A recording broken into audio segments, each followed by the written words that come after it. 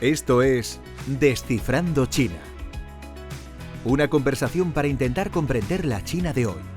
Economía, política, ciencia o historia. Queremos conocer qué está ocurriendo en uno de los países que definen el orden global de este siglo. Este podcast está producido por la Fundación Consejo España-China, la principal institución española de diplomacia pública dedicada a China.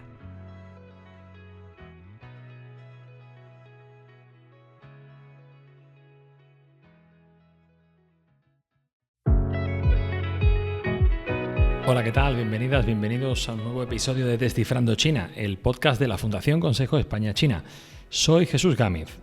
Con 4 viajes en 4 años, la apuesta del gobierno español por un acercamiento a China es clara. El presidente del gobierno, Pedro Sánchez, visitó Pekín a principios de este mes, en un momento en el que toda Europa se hace una pregunta casi existencial: ¿cómo absorber la salida al exterior de China en sectores tecnológicos de alto valor añadido, como los coches eléctricos, las baterías o los paneles solares? Esa es la principal pregunta que nos hacemos hoy en Descifrando China. Esa y otra que trae aparejada, si es posible, reconfigurar la relación económica con China, tanto en comercio como inversiones, de manera que sea más equilibrada. Esto es algo a lo que el presidente Sánchez hizo mención expresa durante sus reuniones en Pekín. Vamos a intentar aclararnos en compañía de Carlos Santana, que es el director académico del programa avanzado en Supply Chain Management en IE Business School, y que acumula una amplia experiencia en China y en las relaciones económicas entre China y España. Fue General Manager de Yixino Spain, la empresa que gestiona el tren de mercancías entre Yiwu y Madrid. También fue vicepresidente de la Cámara de Comercio de China en España. Tiene un MBA en Brown University y colabora habitualmente con medios de comunicación de nuestro país. Carlos, muchas gracias por estar aquí con nosotros hoy en Descifrando China. Un placer estar contigo, Jesús. Muchísimas gracias por invitarme. El presidente Sánchez ha visitado China en 4 ocasiones en 4 años, un ritmo llamativamente alto quizás, y que incluso se ha especulado que podría haber provocado alguna suspicacia entre socios europeos o incluso al otro lado del Atlántico, en la relación con Estados Unidos. Comenzamos con una doble pregunta.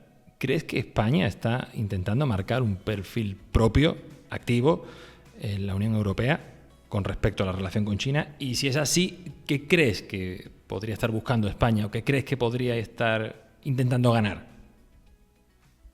Bueno, yo creo que aquí hay una confusión bastante habitual, y es tender a analizar estas visitas como si fuera una anomalía española, ¿no? Cuando debería de ser la norma. ¿Puede España no permitirse visitar a China?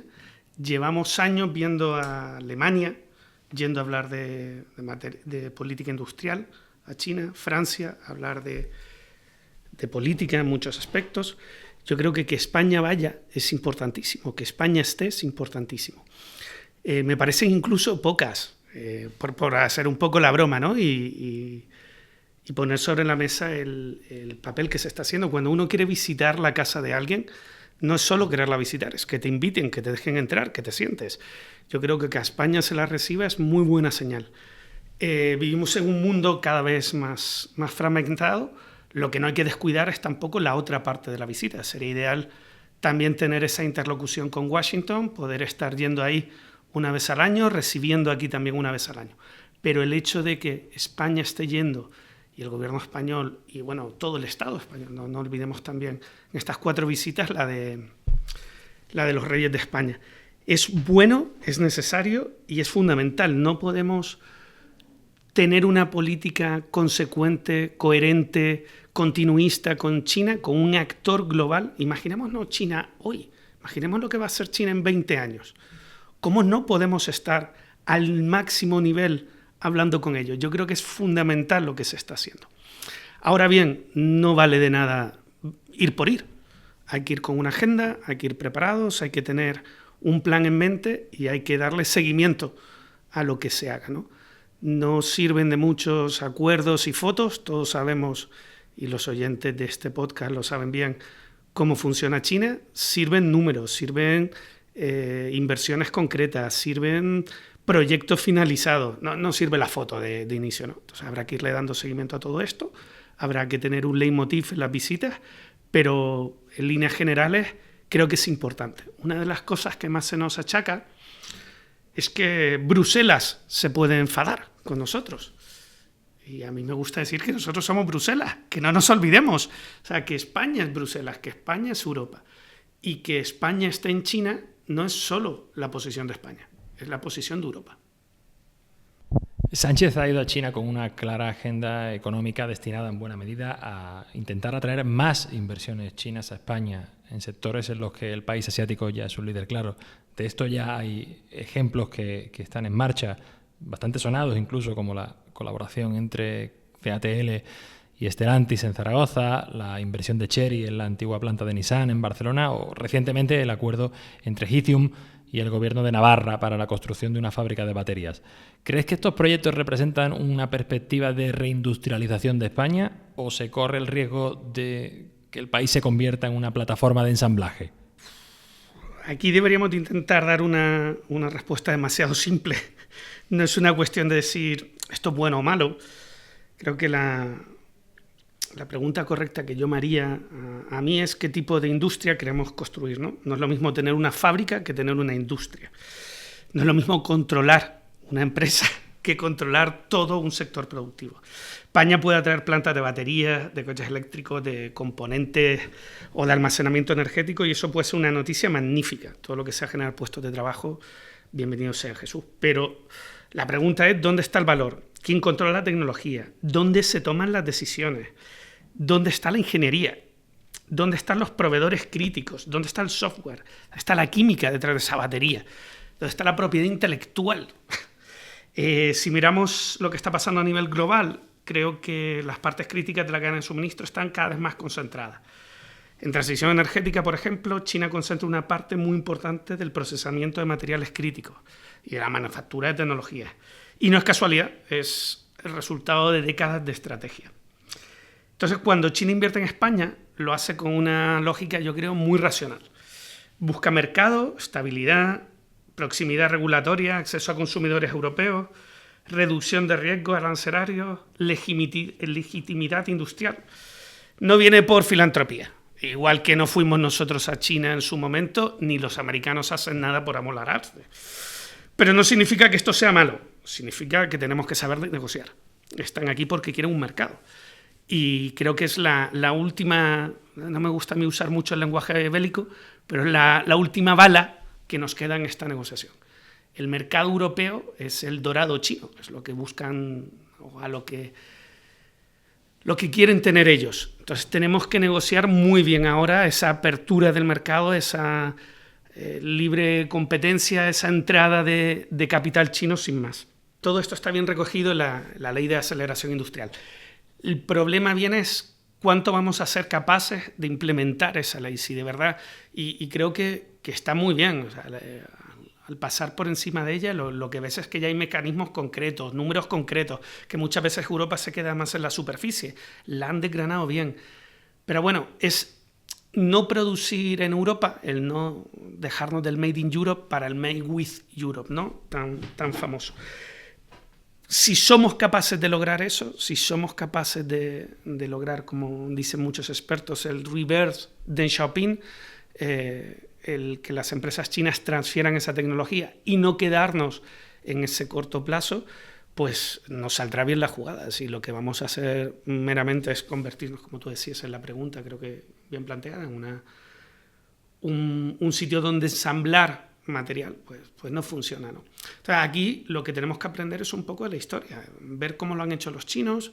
Te decía antes el reverse Deng Xiaoping, los chinos en los 80 con la apertura paulatina del mercado pero con presencia china en las empresas y tomándonos en serio esa necesidad que tenemos de incorporar tecnología, de avanzar, de rediseñar la industria que tenemos, que no tenemos capacidades ahora mismo, tenemos un mercado.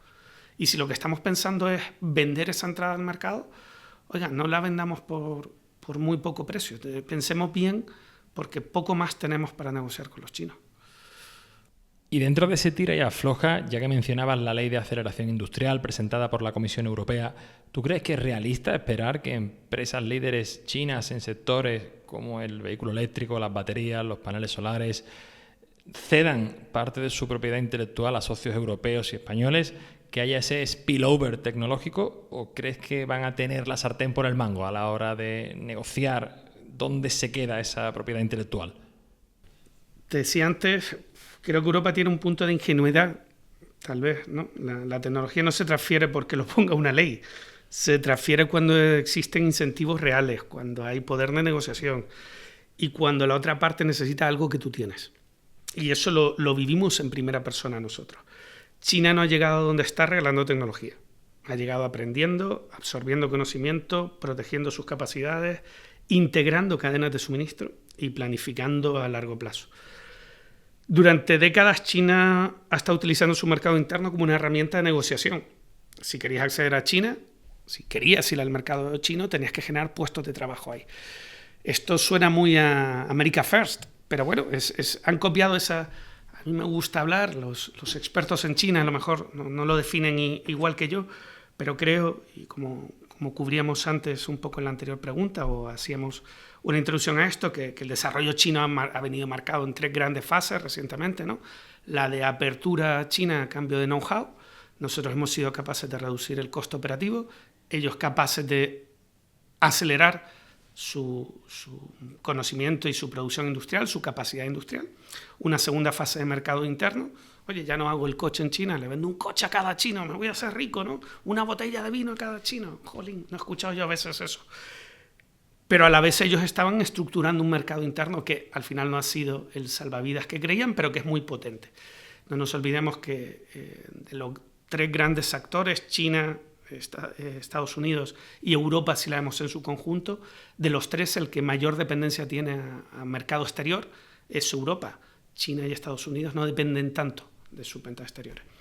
Y esas 2 fases que te decías, tanto la de know-how y reducción de coste por nuestras partes, como la de generar un mercado interno y aumentar y acelerar el tamaño de nuestras empresas por nuestro lado, ha habido una tercera innovación. Ya no vamos a producir el coche a China, es China quien toca la puerta de nuestra casa con un coche, ¿no? Pues aquí ha habido 2 respuestas. La respuesta americana, oye, vamos a copiar esa segunda fase. In China for China. Oye, vente a Estados Unidos, quiero tus fábricas aquí, vuélvete a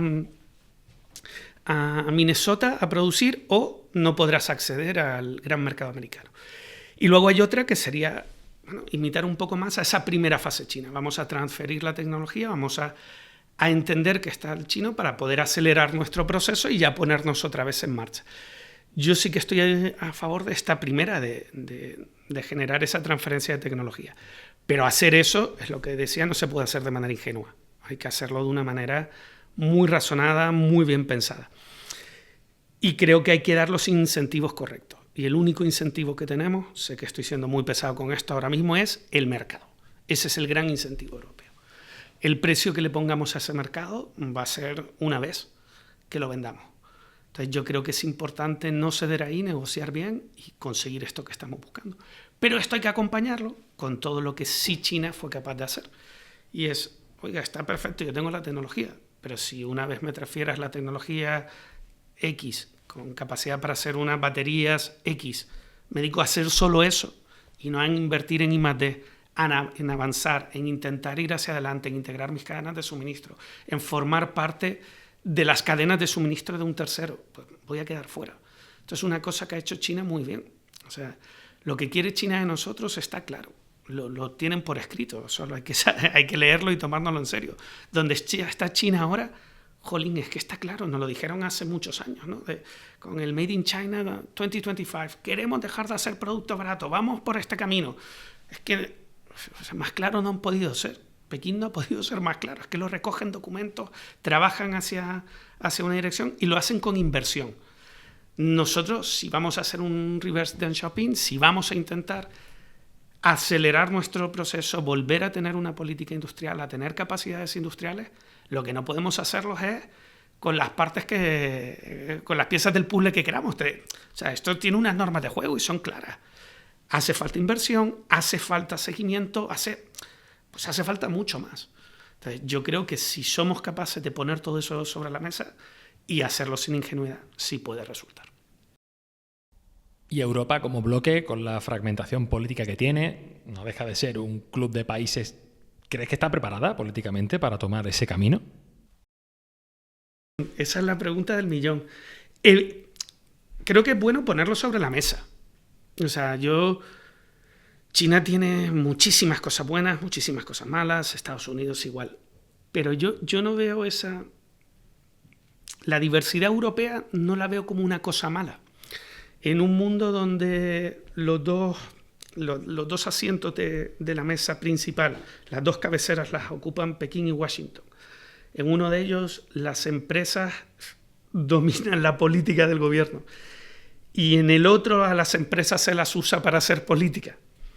Tener alguien en medio de la mesa, aunque sea complicado, que tiene un mercado ordenado, regulado, que el imperio de la ley prevalece, claro que es complicado, claro que hacer Europa es difícil.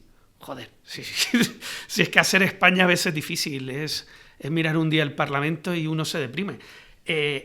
Pero si conseguimos hacer Europa, con lo que eso conlleva, más integración, más inversión, yo espero que algún día ser capaces de emitir bonos europeos, canalizar el descontento que hay en Estados Unidos y la incertidumbre que genera el dólar en ciertos ambientes, hacer lo mismo con las inseguridades que tiene China, que también las tiene, y que Europa recoja ese guante. Yo creo que la oportunidad es histórica. No hacerlo me parece, o no intentarlo. Yo no sé si hay garantía de éxito de esto. Tampoco puede ser que cierra los ojos muy fuerte y lo conseguirá, ¿no? A mí estos gurús de Instagram pues me dan pánico. Creo que es complicado, pero también creo que no hay un momento mejor. Y creo que para mí el 90% de un negocio es tener al cliente. Y creo que tenemos clientes dispuestos a comprar un producto que se llama Europa. Creo que hay inversores dispuestos a apostar por una cosa que se llama Europa. Y creo que tenemos las capacidades, el talento. Nos falta un poco la determinación y la financiación. Así, y sabemos cómo conseguirlo. Hace unas semanas, de hecho prácticamente coincidiendo con la visita del presidente Sánchez a China, el Financial Times publicaba una serie de artículos sobre lo que definió como el shock China 2.0. A grandes rasgos su tesis era más o menos que, a diferencia del primer shock chino, en sectores no tecnológicos como el textil, el calzado o los juguetes, ahora viviríamos un segundo choque centrado en alta tecnología, en cosas como coches eléctricos o productos relacionados con las energías renovables. ¿Cómo debe adaptarse el mercado español y europeo para surfear esta ola de productos chinos que combinan escala, eficiencia y sofisticación tecnológica? A ver, aquí una cosa que creo que es importante es a quién choca, a quién le da de lleno en la línea de flotación el China Shock 2.0. Con el 1.0, con la primera vez que China empezó a exportar y a tocar ciertas industrias, parece que no hizo tanto ruido, porque iba a sectores de bajo valor añadido, textil, calzado, manufactura barata. Oh cielos, Italia y España, qué problema. Entonces no copaba, el Financial Times no le puso un nombre entonces a perder toda la industria del calzado en el Levante, porque es verdad, no importábamos. Creo que esto, y vuelvo a reiterarlo, España es Europa. Y entonces, que ahora estemos haciendo políticas, que ahora estemos visitando China, es importante. Ahora no está tocando al calzado, ahora está tocando al norte de Europa, ahora está dando en Volkswagen, ahora está dando en ciertas compañías más grandes, ahora está dando en paneles solares, ahora... Oye, esto es diferente, ¿no? El valor añadido de lo que está produciendo y de lo que se puede ver en riesgo ya no pone en riesgo puestos de trabajo en España, los pone en Alemania. Ya son palabras mayores, ¿no? Bueno, dicho lo cual, creo que es...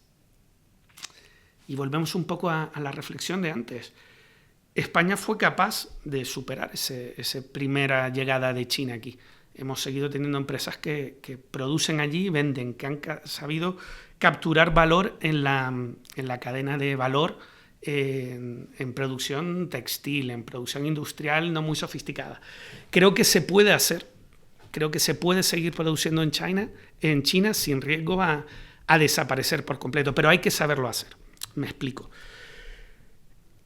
Para crecer en un mercado hay dos maneras de hacerlo.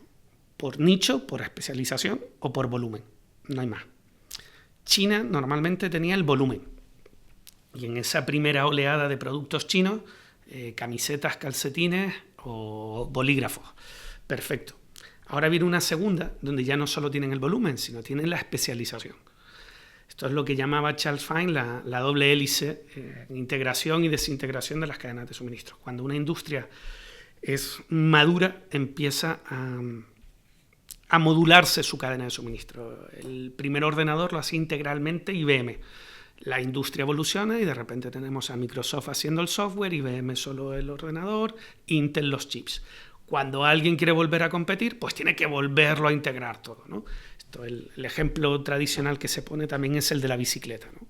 Los primeros talleres hacían la bicicleta ellos solo todo el proceso y de repente en el mundo pasan de haber 3.000 empresas que hacen bicicletas a solo una empresa que hace frenos y cambios para bicicletas. Y esto vuelve a salir y a entrar.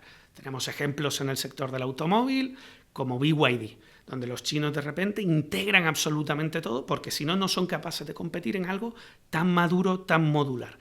Bueno, pues aquí hay dos maneras de verlo. O sacamos algo completamente desde cero con una cadena de suministro integrada por completo. Disclaimer, es imposible. Es imposible porque vamos 30 años tarde de hacer los deberes, de organizar, de comprar, de pensar en que el producto no es solo la fábrica final, lo planteabas muy bien tú antes, sino, oye, que hay toda una sucesión de productores, de proveedores, de suministradores que hay que controlar y cuanto más atrás, cuanto más aguas arriba vamos en la cadena de suministro, averiguamos que al final está controlada por China, ¿no? Las dos opciones te decía, o especialización, esto era Estados Unidos y ahora lo está intentando rehacer, venga usted a Estados Unidos a producir, también quieren el volumen, o volumen, China está cambiando también ese lado de la hélice. Tenía el volumen y ahora tiene la especialización. Nosotros estamos en medio. Europa está completamente en medio. Compramos en China para vender en Estados Unidos. Y estamos ahora en medio de dos fuerzas, de dos gigantes muy complicados. España también tiene que tener la sensibilidad de entender que evidentemente nosotros no estamos expuestos al mercado americano como lo están los alemanes. Pero es que los coches alemanes que van al mercado americano en algún momento pasan por una de sus plantas que tenemos en España para hacerse. Entonces, al final sí que importa lo que pueda decir Washington o no, y sí que nos importa lo que tenga que decir Pekín. Tenemos que ser capaces de jugar ahí. Yo creo que la mejor manera de lidiar con ese China Shock, sobre todo 2.0 cuando va a industria como la automoción, como las energías renovables, es generar capacidad industrial.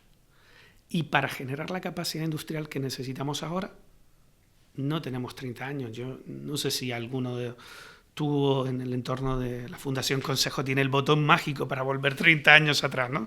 Ya lo quisiera yo cuando me veo jugando al fútbol y me duelen las rodillas o al tenis, ¿no? No puedes volver atrás. Entonces, lo que tenemos que es mirar hacia adelante. Entonces, para mí, esa transferencia de tecnología, si se hace bien, si se hace de manera consciente, si le siguen las inversiones necesarias, no solo la legislación necesaria, sino todo lo que hay alrededor, puede ser, y de hecho creo que es, la opción para avanzar. Hemos hablado de muchas cosas, de lo que nos vende China o de cómo China invierte, pero también querría preguntarte por lo que nosotros podemos vender al mercado chino, que también durante muchos años ha sido un gran objeto de deseo. Y también se habló de eso en la visita del presidente Sánchez a China. Se puso encima de la mesa el enorme déficit comercial que España arrastra con China, aproximadamente 42.000 millones de euros en el año 2025, según las cifras españolas. ¿Crees que a medio plazo es posible, no te voy a decir eliminar, pero al menos paliar el déficit por la vía también de incrementar nuestras exportaciones al mercado chino? ¿Qué le podemos vender?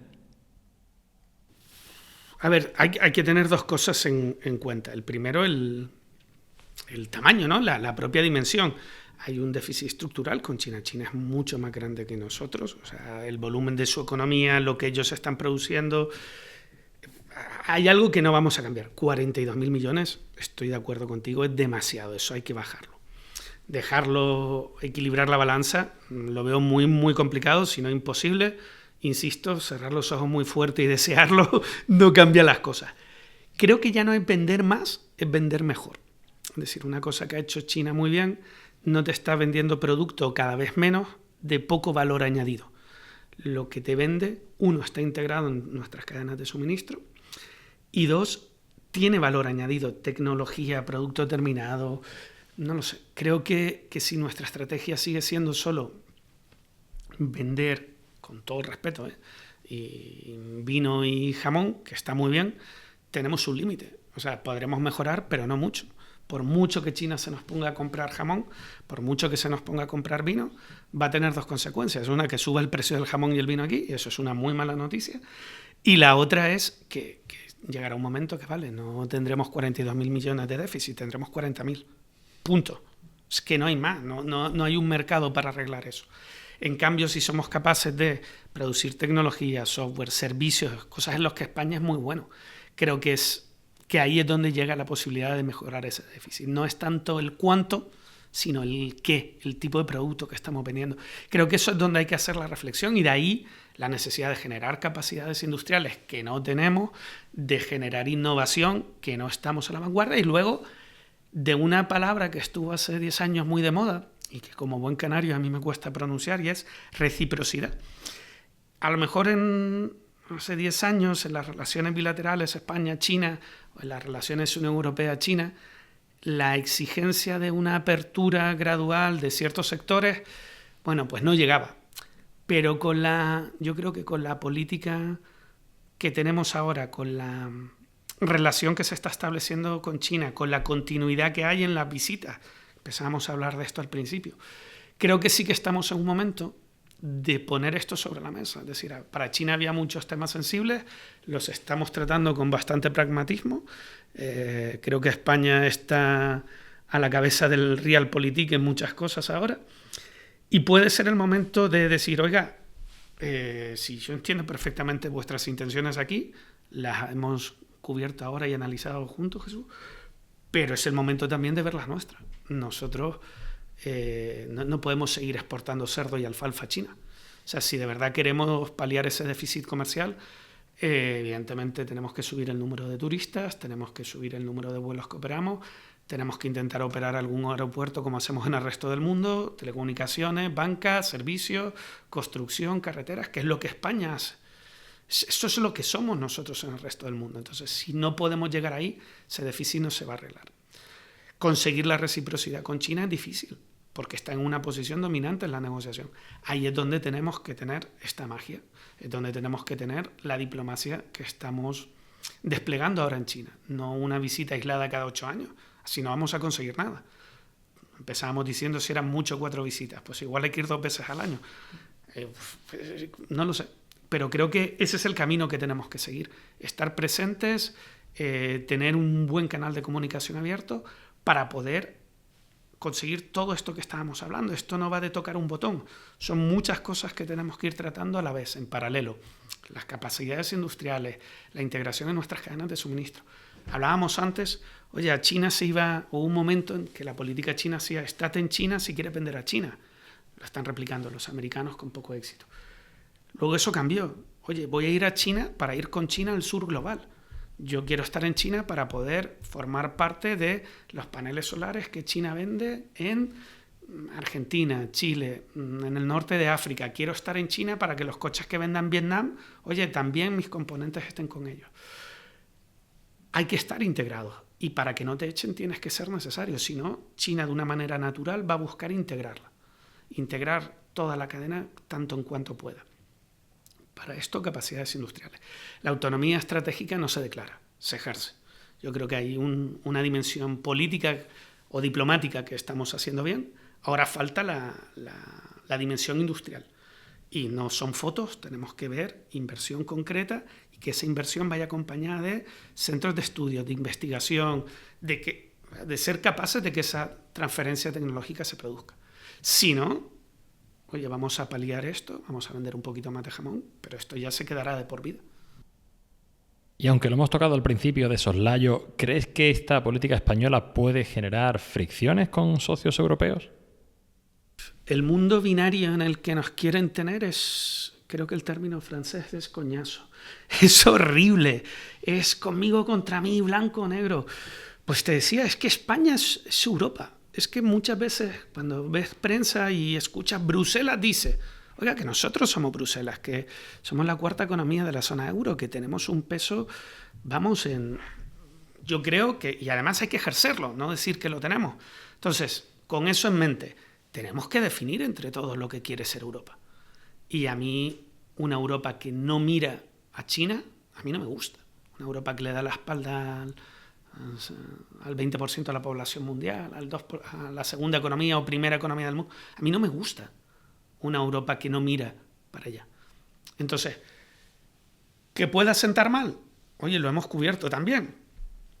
Pues no es lo mismo cuando hace 5, 6 años, 10, estaban dando en el corazón de la política industrial de España e Italia, que ahora dan de los grandes pesos pesados Francia y Alemania. Pues oye, está cambiando, pero tenemos algo que decir. Además, lo que tenemos que decir lo decimos con conocimiento de causa, con una experiencia en haber superado eso, en haber conseguido que nuestras empresas sigan estando donde tienen que estar. Porque es muy fácil y le podemos poner nombre y apellido. El sector textil estuvo en riesgo por la injerencia, por la aparición de grandes players chinos. ¿Dónde está Inditex? ¿Dónde está Mango? Las grandes firmas españolas están en el top mundial. Y hemos sabido pasar eso. Y hemos sabido cooperar con China para seguir estando en el número 1. Vamos a ver cómo esto se tiene que hacer también con otro tipo de industria. Entonces, yo creo que puede resultar incómodo, sí, pero yo creo que más incómodo es el seguidismo, el no explicar las cosas. Ahora bien, hay que jugar con una mentalidad de equipo. Eso sí que creo que es una cosa clave. España se puede posicionar como un amigo de China, que creo que es importante, como un socio de China, como el hub donde China haga las cosas para Europa o para Latinoamérica, es fantástico. Pero nosotros tenemos que tener claro que somos Bruselas, que somos Europa. Esto que decía antes lo decía con orgullo, España es Europa, pero eso tiene, ¿no? Decía Spiderman, un gran poder, tiene una gran responsabilidad. Hay que ser jugador de equipo. Aquí lo que no podemos mirar ahora es, como esto no me toca a mí, no me preocupo. Y una de las cosas que tenemos que hacer es aprovechar esa posición que tenemos, pues no somos Hungría, somos un actor respetado, para traer cosas buenas para Europa. Uno de los grandes problemas que tiene el sector de la automoción, por ejemplo, es la inseguridad en el suministro de microchips, ¿vale? El famoso caso de Nexperia, por ejemplo. Y si España puede intermediar para asegurar que el acceso a materias raras, que el acceso a semiconductores, no Europa se queda fuera de ese juego con Estados Unidos, con un resto de actores, eso es una victoria para España. Y no afecta directamente a España, perdón, es una victoria para Europa. No afecta directamente a España, porque ahí no es algo que necesitemos nosotros, pero jugamos en equipo. Entonces, creo que hay que creernos que somos Europa, ayudar a redefinir las políticas europeas desde dentro, porque somos Bruselas, pero no olvidarnos que eso que es un sombrero de doble fondo, que hay que jugar también en equipo. Y en esta intersección entre economía y política, ¿crees que hay riesgo de que la integración con China genere ciertas dependencias críticas que lleven también a cierta subordinación política? Estuve mirando antes la inversión china en España. Creo que el último año eran 600 millones y la acumulada 11.000. ¿Vale? ¿Cuál es la inversión americana en España? Infinitamente más. ¿Estamos subordinados? Me refiero a traer inversión. O sea, yo hasta que no me vea a los mismos niveles que Estados Unidos no me asustaría. Dicho lo cual, la dependencia, cuando es exclusiva, sí supone un problema. Si solo dependemos de China, tenemos un problema. Si solo dependemos de Estados Unidos, vamos a estar en la lógica de imperios, ¿no? Debajo de uno u otro. Si queremos tener voz propia, lo interesante es precisamente que tengamos ciertas redundancias, que seamos un poco más flexibles, que diversifiquemos, que buscamos esa resiliencia. Ahora mismo hablamos, o el discurso que a veces resuena en ciertos sectores es que nos estamos integrando con China. Es que hemos ido 4 veces. Es que estamos hablando de inversiones de 600 millones cuando hay empresas solas que invierten más. Creo que no es... O sea, estamos poniendo la venda antes que la herida. Evidentemente, China es una potencia, China busca el desarrollo de su economía, de su industria, el bienestar de sus ciudadanos, igual que lo hacen los americanos. Pero Europa tiene que hacer lo mismo. De manera individual España no puede. De manera individual yo creo que ni Alemania ni Francia pueden. En conjunto empezamos a tener algo de fuerza. Pues no nos sometemos a ninguno de los dos. Pero para eso tenemos que tener primero cierto consenso europeo. Y yo creo que ahí es donde estamos metidos ahora. En que Europa entienda que no hay una posición única que es la alemana. O sea, que hay muchas. Y cuando Alemania ha querido hacer realpolitik y ha tenido intereses en China, créeme que ahí han estado siempre. Oye, pues es un momento de que no hablen solo París y Berlín. A lo mejor Madrid tiene que estar ahí presente. Entonces, yo es que no veo esa integración que decías tú automática. Esto no es un plugin y me estoy desenchufando a Estados Unidos y ya estoy enchufado al otro lado. Al revés. Ante un mundo en el que hemos visto, que es que lo estamos viendo día a día, que cada vez está más fragmentado, cada vez está más polarizado, cada vez hay menos seguridad, donde a veces el imperio de la ley no es suficiente, donde las relaciones internacionales se están redefiniendo. No podemos, o sea, la dependencia absoluta, ese es el riesgo. Pues no dependamos absolutamente de Estados Unidos. Vamos a abrir ese paraguas, vamos a depender de más socios. Y si es posible, vamos a ser autosuficientes en ciertas cosas, que no siempre es la solución. Eso en el mundo de la empresa se ve mucho. Cuando ni outsourcing es la solución para todo, ni el reshoring. El integrar los procesos no te hace hacerlos mejor, te hace asumir tú el coste. Y muchas veces es un desastre, ¿no? Entonces vamos a darle una pensada, pero yo creo que con los niveles actuales de inversión y dependencia estamos muy lejos de estar en un problema. Todo lo contrario. Lo que estamos es generando, bueno, diversificando y generando ciertas redundancias, lejos de someternos a una de las partes. Me gustaría cerrar esta conversación con una pregunta sobre las perspectivas de futuro. Tras la firma de un total de 19 acuerdos bilaterales en la visita del presidente del gobierno, no solo en el sector económico, sino también en los terrenos cultural o científico, ¿qué indicadores serían para ti clave de que se ha conseguido parcial o totalmente este objetivo de reequilibrar la relación con China? A ver, creo que es importante salirnos de la foto. O sea, salirnos de la foto, no quedarnos en la foto. Estar en la foto siempre es, bueno, depende de qué foto, es interesante. Pero eso, que no se queden anuncios, que no se queden en la capa superior, en la espuma de España viene con 19 acuerdos, fantásticos. Los que hemos estado en China y lidiamos con empresas y ecosistemas chinos, sabemos que la firma de ese acuerdo es el arranque, no es el final, ¿no? Entonces, asegurarnos que esas inversiones se llevan a cabo. Segundo, indicadores. Pues creo que el valor añadido local sería una cosa interesante. ¿Qué parte de esa inversión se queda en España? No solo en empleo directo, sino en proveedores, mantenimiento, ingeniería, logística. I+D, si las empresas chinas, decíamos, vienen solo a ensamblar o el impacto sea limitado, o se ubican sus centros de innovación, colaboran con universidades, trabajan con centros tecnológicos. Creo que otro indicador sería la diversificación exportadora. No basta con vender más de lo mismo. Habría que ver si España consigue colocar empresas y productos en sectores de mayor valor añadido dentro del mercado chino o dentro de cadenas vinculadas a China. In China for the Global South. Presencia en terceros mercados, creo que sería interesante. Luego necesitamos darle seguimiento a esto precisamente. España necesita una capacidad de seguimiento más sofisticada, no basta con que cada ministerio mire una parte. Supply chain, inversión extranjera, comercio, industria, ciencia, energía, creo que deberían de estar más conectados. La relación con China exige una mirada de Estado. A las empresas muchas veces, cuando hablo con ellas y me dicen, oye, estamos pensando hacer cosas en China, digo, fantástico, pero darle seguimiento, crear una unidad, ¿no? que luego tenga una serie de KPIs y mire lo que estamos haciendo. Creo que esto lo podríamos hacer nosotros para con China también. Y creo que por último sería sobre todo el